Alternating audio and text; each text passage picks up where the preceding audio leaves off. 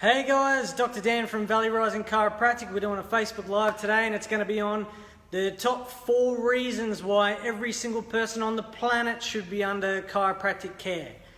Reason number 1, iPhones. I'm 35 years of age. I'm not that old. Even when I was in high school, the mobile phone I had, I think, was like a Nokia 5210 or something like that. They weren't very good. You had to hit the button every single time. So say you wanted to type a C, you had to go A, B, C. That's how text language came about. The only games they had were like Snake. You didn't play them for that long. You didn't use your phone for hours and hours on end. These days, we've got phones that people will spend, say, 8 hours or at work or school. They'll go home and they'll spend another 4, 6, 8 hours on a mobile device. That has never happened in human history before. This is the first time that we've had these devices in our life, and we don't know what the ramifications are going to look like, especially for young people that have grown up with these devices. We don't know what it's going to look like when they hit their 30s, 40s, 50s, 60s, what the neurological fallout of these devices are going to be. Why do I say there's neurological fallout? Because we see increasingly these days that this is the normal shape of a cervical neck, a neck curve.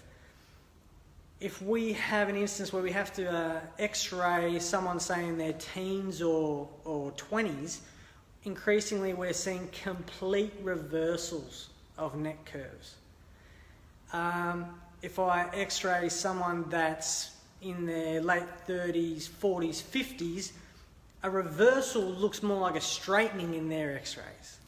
We don't see the complete reversal that we're seeing in younger people these days, and that's because their spine matured before these devices were introduced, so it's much harder to completely reverse a mature cervical spine than it is if you introduce these devices during important stages of development, and you can get the complete reversal of the neck curve. Now, why is that detrimental to neurology? The spinal cord sits in the center of the spinal canal. Its natural shape is this. If you reverse that neck curve for long periods of time, there are researchers from the States by the name of Harrison did a study called Biomechanics of the Central Nervous System. It was a 3-part paper, and they showed that when the neck does this, the spinal cord, its actual shape, has to deform because of the attachments within the spinal canal.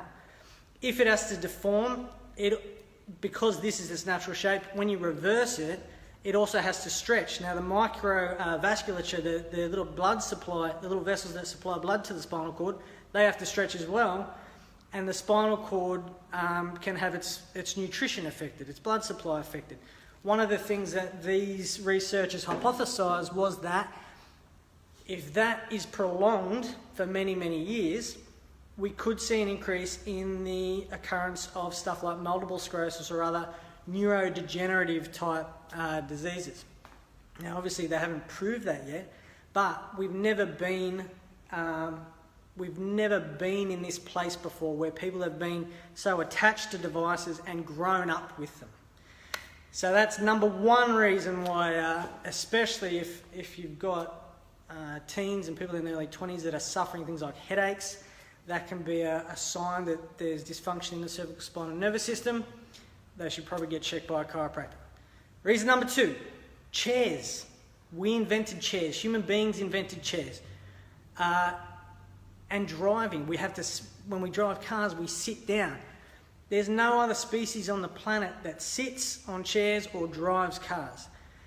If you saw a dog sitting in a car for 8 hours a day and I told you it was sick, you would say, first thing, let's probably get it out of the car. Let's stop it sitting down because that's ridiculous for that animal to do.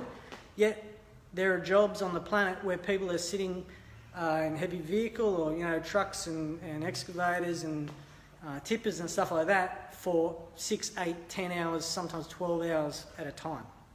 What does that do to the spine? If you go to our YouTube channel, I did a video just on low back pain in people that drive heavy vehicle. But basically, It takes the legs out of the equation of shock absorption. It smashes up the low lumbar discs.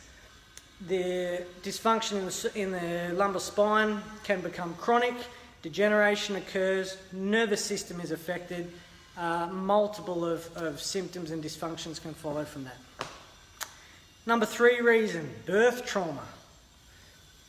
When a baby is delivered, most of the time they have to use the head as the handles unless the baby's born breech, and there's a whole raft of other complications around that. But we have to use the head as the handles. They don't come with handles. When even in a basic vaginal head first delivery, upwards of 140 pounds of pressure get put through the baby's neck. If you did that to me, I would have something to say about it at the end.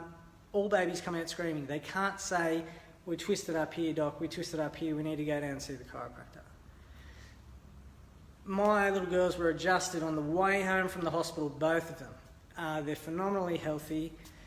We didn't adjust them because they had sore necks or headaches or whatever. We adjusted them because there were subluxations put in at birth and we wanted them cleared out of the system. A healthy spine, a healthy nervous system is always going to be good for you. 4th most important reason of all the topics we're going to discuss is the fact that adjustments are just good for you. The same way that nutrition is always good for you, it's good for everything. Exercise is always good for you. Having a subluxation-free, healthy spine and nervous system is always good for you. The human body is a closed-loop system. If you improve one part, the flow-on effects can be beneficial to many other parts. The nervous system runs every single function in the body.